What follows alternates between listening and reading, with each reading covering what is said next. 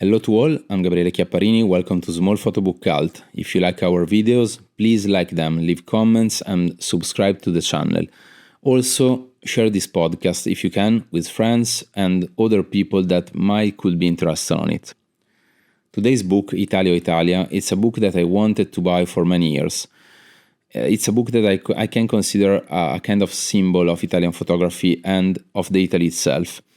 It's a book that has been sold out for a long time, but that now Void has recently reprinted with a new edition. This project is a trip to Italy made by a person who, like many others, has left it. It's a trip to a country that is often idealized and romanticized beyond all possible logic, often choking the very nature of the place. It's a photographic journey of an atypical tourist with a very particular photographic eye, able to show something we usually do not or cannot see. Welcome to the episode 20 of Small Photobook Cult. We are here with Federico Clavarino. Hello, Federico. I'm glad to speak with you today. Hello. It's great to be here. Perfect English from an Italian. Yeah. It's weird to be having this conversation in English as we're both Italian. But I guess it's a gesture towards your public. My mother's English, so I was raised bilingual. This is why. Thus the accent. So now you can feel the real difference between an Italian like me and an Italian with a mother like English speaking. That is Italian. Okay. Do you want to introduce a bit yourself? Yeah, I mean, so I am an Anglo-Italian photographer. I also work a lot as an educator. I teach a lot. I work a lot with a book form, as I guess a lot of people you've invited. So I don't know how many books I've published so far, but I think it's around 8. I started working with photography in the early 2000s when I moved to Spain. So I studied at a school there called Bank Paper. It was a very, very important place for me, and I think a great center for photography in the early 2000s. And then since it closed in 2017, I've been moving around a lot. Portugal, England, now Belgium. And yeah, I mean, that's about it. There'd be a lot more to say, but let's keep it short. Yeah, really short. It's perfect. And so we can start maybe speaking about the project itself, Italia O Italia. Yeah. So the book, let's say the first edition of the book was published in 2014 by Akina Books, and what you're seeing now is the second edition of the book that was published by Void in 2024. So 10 years later, exactly. And the project is it's the outcome of, I think it was like around 4 or 5 years of journeys to Italy when I was living in Madrid in Spain. And these trips would range from, let's say, a week to a month every time. And I would move around the country to take photographs. And originally I responded to a need to go back to Italy. I had been living in Spain for like 2 or 3 years already, I think, and I wanted to go back, and I wanted to understand what the place meant to me, what the country meant to me, and I wanted to do so through photography. That was a medium I had discovered in Spain. The photos in the book convey a very particular feeling. The book seems to be a sort of strange and weird collection of photos taken by a journey, by a tourist with a very peculiar eye. Do you recognize any truth in this statement? Well, yeah. I mean, in a way, I was a tourist because most of the places I visited, I had never been to. So I was born and raised in Turin, so in the north of Italy, and I spent think it was 21 years in Turin. And during that period, I didn't travel much around the country. I had been to Milan, I had been to Venice, I had been to Tuscany and probably Rome once, but I hadn't traveled much around. I didn't really know what the rest of the country looked like. I didn't have a clear picture of what it was, and I don't have now. But so in a way, yeah, I was a tourist. I was someone who was just like aimlessly wandering around. But at the same time, I was trying to do something different from what a tourist would do. I hate tourism, if I have to be honest. I think it's a very nefarious, like evil force nowadays. I think there's a lot I could say about that, and it was something I also felt back then. There's a lot of the country like Italy that is geared towards tourism. There's a lot that people see that they're meant to see, and what they're meant to recognize as an image of Italy that is not necessarily what the place is. It's up there as a facade, as a show, and I wanted to see what was behind that in a way. Hence the weirdness, the oddness of the pictures. There's I remember one of the first things that struck me while traveling around was the way in which monuments and these very, very famous illustrious stones and paintings and all that, they kind of obscured the rest. They overshadowed the rest of the country, what people actually live day by day. So it's kind of the other way around of what living in Italy is, right? So what you live there is you live your own life, and all these kind of monuments they're there in the background, right? You probably even stop seeing them. But for the tourist, they're this kind of thing that stands between you and the people, that stands between you and the actual fabric of the country, right? So I wanted to do something with that idea. I wanted to do something about how all those things were part of a mechanism that I found rather oppressive. In the end, a monument always stands for something that is more than individual existence. It transcends it, but at the same time, it also there's something oppressive about it. Yeah. And I remember I wanted to work with that idea because I really felt it while I was kind of traveling around. So an odd kind of tourist. Yeah, it is. Can I start to flip through the book? Yeah, go for it. Yeah, it seems a bit like the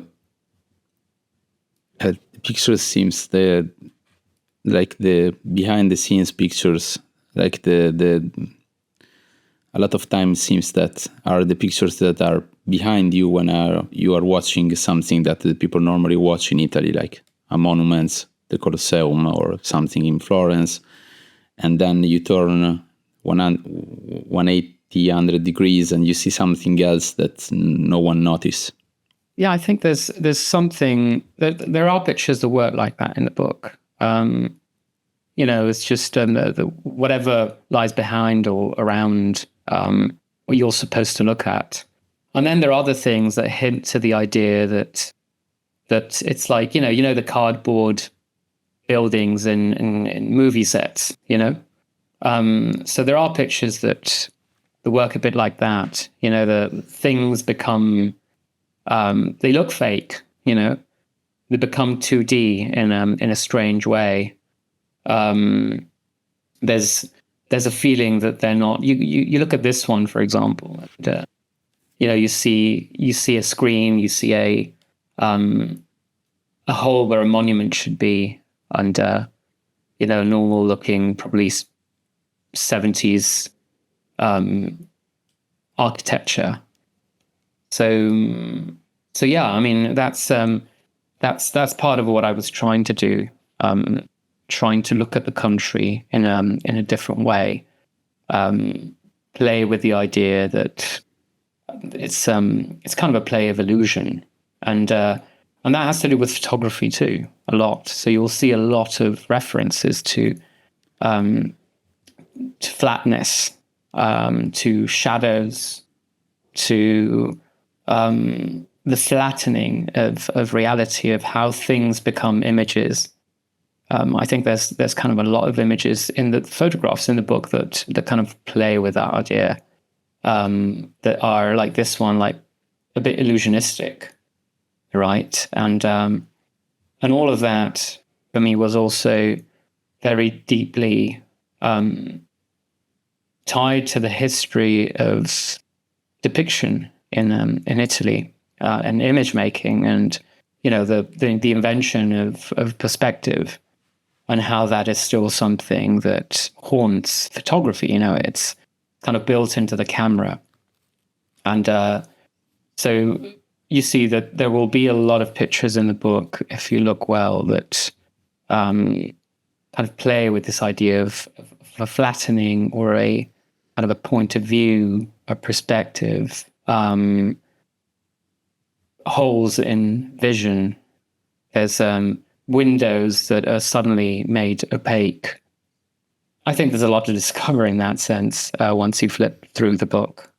And you decide to only include single picture for each spread, except in rare cases where the photos are kind of repetitions, like this one, for example. Yeah, there's always one picture per spread, but there are also connections between pictures over spreads. So when I edited the book, I was working more like on I always work on a wall, really, or a surface, and I work with kind of straight lines of pictures, like kind of riffs. It's like music, if you want. It's like writing music. So what I see is always a line, but then when I put that onto pages, in spreads, then I have to make decisions that have to do with rhythm, and with how these connections between pictures, how this sequence will work in terms of pauses, and how one picture might remind you of something you've seen in another picture. So in this case, instead of like playing one picture, against the other on a spread, as you can see in, I don't know, the books of Rinko Kawauchi or Ralph Gibson or a lot of Jason Fulford, you have this idea that when you show two pictures on a spread, there are connections and resonances that occur, and there is that in this book, but there's always at least one blank page breaking that rhythm. So you have the feeling when you turn the page and you look at a picture, you have the feeling that there's something you've already seen. It's like a recollection or a memory, something that is haunting the image you're looking at in that particular moment. And I think that works because of these ruptures, because of these pauses. So it was essential for me that every image had to be experienced as one image, as something you would spend time with, but at the same time it was connected to other images, to the previous ones, to the one that you saw in the previous spread, but also maybe to a larger set of images that preceded it. And there might be similar mechanisms at work between images in, let's say, the second part of the book as related to the first one. So the structure of this book is rather complex, but it's it's divided into two parts. And every image in the second half, in a way, shadows another image in the first part of the book. And it's usually swapped. So there's also a play with which images are shown on the right page or the left page. And this kind of order is inverted in the second part of the book. So, there was a lot of things I was trying at the time when editing the book. And I was very obsessive about it, probably a bit too much. Well, when you look at the spreads in which you have two images, it's always landscape format images that have been split into two. Okay. So all of the images you see alone on the pages have been taken, let's say, in portrait mode, if you want. But the other ones are cut, but it's not a neat cut. Of course, the proportion wouldn't, allow for that. There's always a slight travel, so you will have pieces of images that might overlap, repeat themselves, as if it were some kind of glitch. So let me see. This one happens. You see that in the right image, there's a part of the left image that is repeated. But these ones are inverted. So if you look at the right page, and the right part of the right page is identical to the left part of the left page, but you really have to look well to see that, because there's a dynamic to the image, to the spread, that just makes you travel towards the right. So it can feel like one situation, one procession of nuns you're following, but it's actually, one image that has been split and swapped and displaced. I didn't notice that. Did you use the same technique also in the other two spreads or not? If you look at this guy, for example, it's not. It's split into two, and you see that a part of the shadow is also repeated. But in this way, it's more like it's like when something glitches or stops, and there's a pause, and then a bit of a repetition or an echo. So it's. But again, I'm not sure people notice it right away. But that was my intention, playing with these landscape images that were a bit of a problem in terms of like, how do I lay them out in a book like this, where the layout is pretty consistent. It's always the images always have the same size. They might be on the left or the right page, but it's like I envisioned it as some kind of like hole or window that would, run through the whole book and be always the same. And the question was like, how do I fit these landscape-oriented images in such a book? And I say, okay, I could crop them, but then it wasn't interesting. So I said, okay, like, what can I do with that? I can, keep on playing with this idea of, of chopping and repeating and reminiscence. It's kind of a theme in the book. There are things that are constantly doubles of others. There's a bottle that becomes two bottles. The shadows are doubles, uncanny doubles of things, and there are lots of shadows in the book. If you look at the horse one you had before, it's that's also kind of a weird doubling of an object. Is this one? Yeah. So you don't really, at first, I think, understand what's going on. This was a kind of a gigantic chess piece. And of course, in the background, what you're seeing on the ground is the chessboard, but it also reminds me of the kind of checkered boards you would find in a lot of early Renaissance paintings, where would help painters that were working with perspective to heighten that idea of receding space. But then you have this underexposed silhouette of a horse that suddenly becomes extremely flat, and I kind of like that. There are images like this in the book in which you're playing with flattening and depth, but there's also the repetition of the head of the horse. So yeah, there's doubling, shadows, illusions.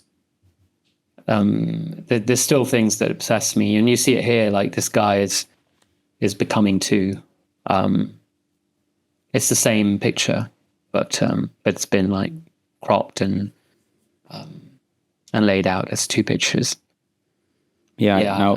Now that I know that, I can see it. But I thought it was just two different pictures, just shot like in a really short time. Yeah, of course, that is the illusion, and that's because we know the medium, right? So we know that is perfectly possible. Although it's a bit too identical, like the foot, its position, the hand, it's really too identical. So it becomes strange. It's kind of plausible, but at the same time, odd. And that's, I think, a feeling that runs through the whole book. There's a feeling of something that is, okay, it's pretty commonplace and everyday and not that, kind of accidental or spectacular. But it feels weird. It feels strange. It feels out of place, or it feels like another place. It's the opposite of what I remember I found in a lot of street photography when I was studying, where you had perfectly normal situations, but then something really odd would happen, something really spectacular, some crazy coincidence, and you see that in Winogrand, or you see that or the really strange people that you find in Arbus's pictures, or even the optical and photographic gymnastics you found in Present by Paul Graham. That kind of tradition of street photography, I think, is kind of predicated on the accident, the unprecedented thing, the strange coincidence, the capacity the camera has of capturing something that happens so fast, that is so strange. But I think this book is completely different. It's actually very normal stuff that is going on, but it's made strange by the camera. Do you feel this project can be a kind of street photographer project or not? I don't know. I mean, I think there's something in the methods that is definitely, similar to what we call street photography, to that tradition. It's, the fact of being a flaneur, the fact of wandering around with a camera, a 35mm camera, and taking pictures. And I think there's something of the state of mind that puts you in. But, well, on one hand, street photography is a very, very big container. There's a lot of things we call street photography that have very little to do with each other in terms of their purpose and the feeling one associates with the imagery. But I think that what is radically different is what I was trying to say previously. I think it's not about being on the prowl, with your camera and waiting for something special to happen and, snap. I'm not quick as a photographer. I'm rather slow. It's a 35mm camera, but there's nothing really fast happening. And I think I was mostly always using 1/60th of a second. So not something that will enable you to capture any, let's say, particularly fast movement. But yeah, I was wandering around, and I think I felt a bit more like Auger than Winogrand, you know. Yeah. I think that's probably it. There's even if I was using a 35mm camera, I think it's slow work. And that kind of pause is something you can feel in the pictures. I remember showing someone years ago, it was like when I was still working, I had one of these portfolio reviews with someone, I don't remember who. And they were like very surprised that, you know, it was all 35mm work. Because there's also a lot of, let's say, control in a lot of images. There's a slowness to them. It's true. And I think that it's the tension in time. That's the whole point. I think there's always a tension in the images, but it happens on a very, very expanded time scale. There's, you know, I've always been obsessed by the idea of being able to portray something that would feel extremely old and also like now, you know, instead of trying to say something about, you know, like what's going on right now in this precise instant or moment in history, you know. So I've never felt like, you know, a journalist or a photo documentarist, really. It's always been a lot more like doing archaeology, I think, in most cases, if that makes any sense. You can feel that there is a really personal point of view in each pictures. And now that I know this thing of the repetition, I feel like it's in this picture, for example, it's a bit like the same person that visiting the same place in two different times,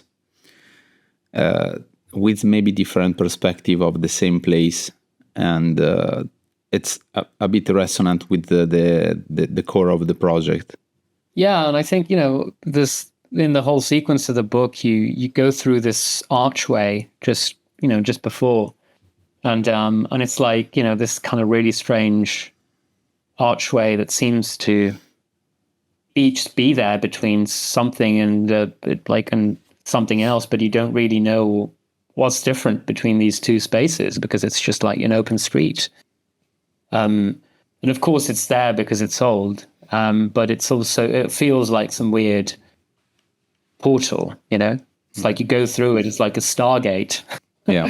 And, you know, and something odd will happen. And so that was the feeling, you know, you then turn the page and there's this guy that is suddenly like made double. So, you know, there's something strange going on there. Like if there were two different paths that could be taken. He's gone through the archway and has been suddenly copied or sent somewhere else. I don't know. That's at least what I felt when I was sequencing the book. Federico, you said that there is this connection between the first and the second parts of the book. Yeah. Can you do us an example? Well, first of all, there's, you know, the book is organized in a way in which you have like short sequences of images that center on something specific, and there's one particular color that governs the sequence. So, for example, where you are, you know, this first image of the book that in the first edition of the book was on the cover, and then you start flicking through the book, and there's a predominance of red. This kind of brick red, and then you see these kind of cyan bluish tints coming out of the shadows, right? And that happens to up to I think where the blue skirt appears. So you do have these kind of tiny sequences that have to do with something, and in this case, it's mostly this idea of like stepping into some kind of odd place where, you know, you see the shadow of the guy walking, and then you look at the shadow of the columns in an archway, and it's like, you know, it's like the legs are becoming an architecture, and it's a bit like, I don't know, Peter Pan's shadow, you know. Then you go to the following image of the wooden piece, and the shadow is already becoming something else, like independent of a body. And in the end, well, what is a shadow if not an image, right? And what you see in the following picture is already kind of this weird hybrid of, you know, an image and another image, a black hole in the surface of depiction, in this case kind of the rendering of some kind of future building. So, you know, so there's this kind of coherence to every bit or mini sequence in the book. And if you go towards the end of the book, you will find something rather different. The kind of spaces there are completely different. Let's see, for example, if you go, so you will see that, first of all, there's going to be a lot more green in the last images of the book. It's like an exit instead of an entering. There's more foliage, and kind of you're looking out instead of entering. And the guy in the end that is a lot younger than the guy at the beginning, he's kind of looking towards something we're not seeing with these peaches in a bag. It feels completely different for me at least, than the beginning of the book. Instead of like kind of going into this weird kind of labyrinth of a place, you're looking out and towards something you don't know. And it felt a bit like, I don't know, the future to me. And as an immigrant, these last three images speak a lot to me about that open-endedness of leaving. And, you know, there's an inversion of what's going on at the beginning of the book. The age of the character, the dominant colors, the feeling of going in or exiting a space, the kind of space that is portrayed towards the end compared to the beginning. And there are similar things happening in all the book, to an extent, obviously. You don't want it to be too rigid, but there's always a notion of some kind of dominant theme or color. There's another area of the book towards the beginning, again, like where you have like a statue of a wolf biting a hand, and I think it's page 17 of the PDF. Yeah. And if you start, turning the page from there, you'll find that there are a lot of references to this thing we were saying about monuments, and there's the color of the stone and the marble is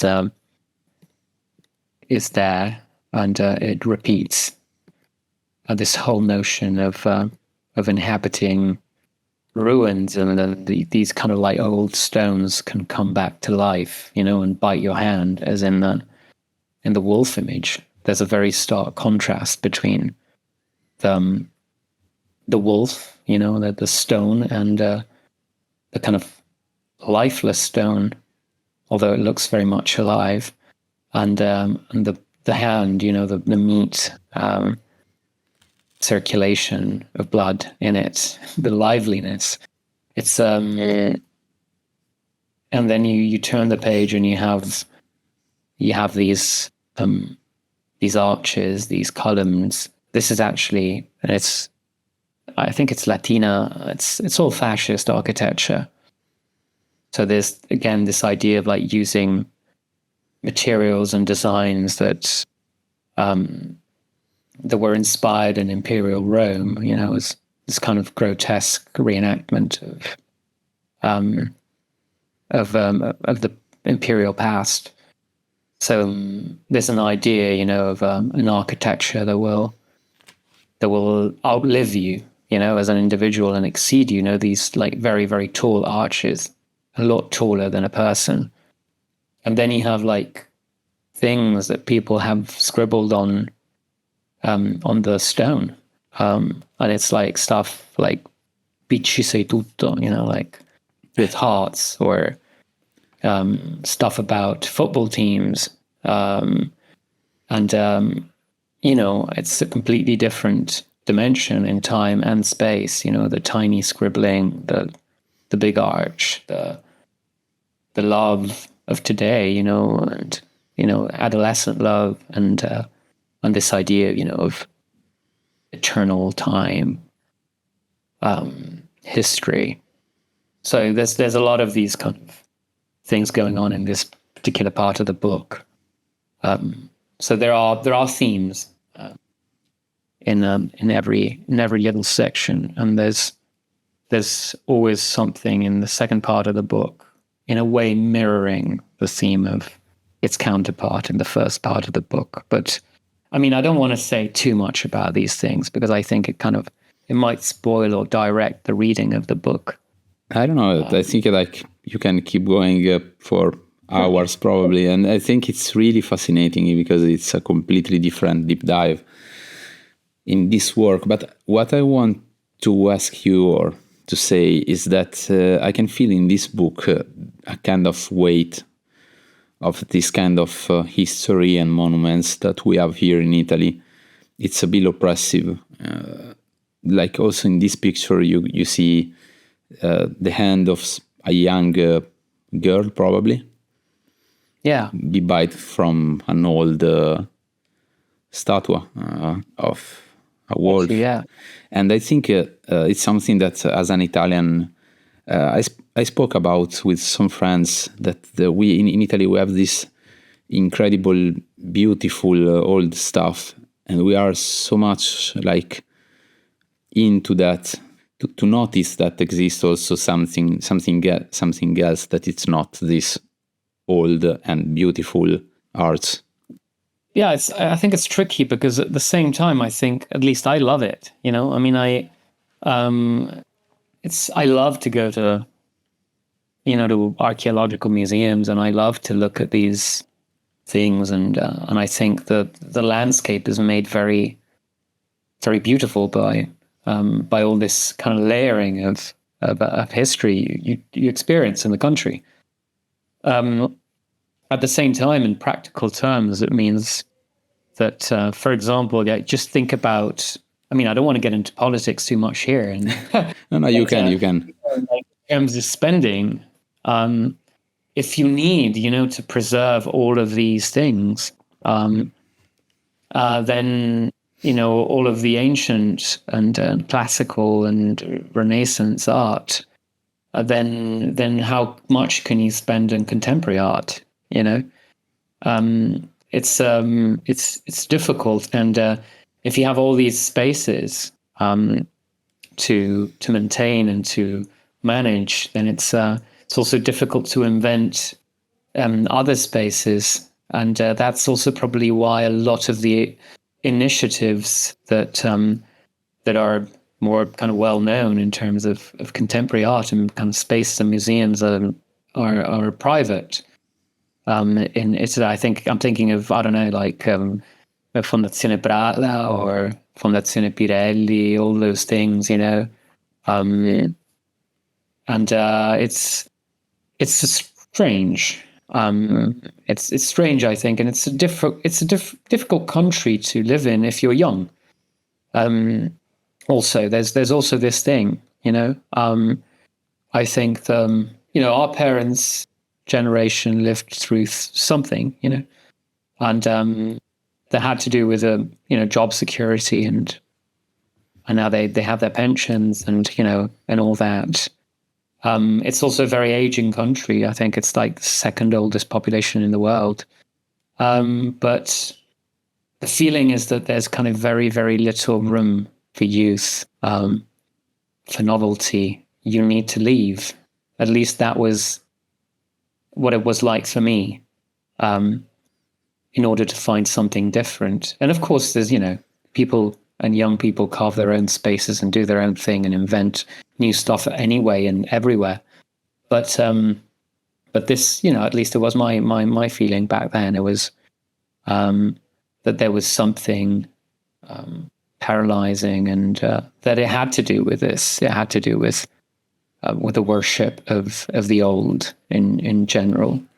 If you need to redesign, let's say an image of yourself, like think about Germany, and having an uncomfortable heritage, having to kind of rebuild an image of yourself. I think that has a lot to do with trying, to push for a new image, a new imagery, a new visual culture. And also because probably being nostalgic is something that is strange and uncomfortable or impossible, or directly linked to a certain kind of politics. And I think that in countries like Italy, monuments and beautiful places are what we sell. And it's weird. It's very, if you think about it, it's extremely, like, tourism is an extremely colonial project, So you have all these people coming over from, I don't know, the States or Holland or England or whatever, like richer countries. And what they want to see is old stones and beautiful coastlines and good food. And so it becomes very, very easy to become, kind of dependent on that as an economy, but also as it becomes a self-image. It becomes what you start thinking about yourself as a country. You become pride of your heritage and your cuisine and all that, and it's good. But it's also difficult. It becomes difficult to do new stuff. Yeah, to move Think on. about how hard people have it to, kind of innovate cuisine in Italy, because we're so attached to tradition. Yeah, like also Bottura has a lot of problem when he start to do something new, like renovating the traditional food. Yeah. It's always like you really have to put a lot of effort and to try, and probably 95% you're gonna to fail, because also the people are not ready to accept it. Yeah. So Federico, we can stop here, because I have still a lot of questions to ask, if it's okay for you. Yeah, sure. And see you in the next part of this really, I want to say, really deep episode with Federico. It's really super fascinating to me here for now. Cool. It's been very interesting for me up to now too. See you in the next one then. Ciao.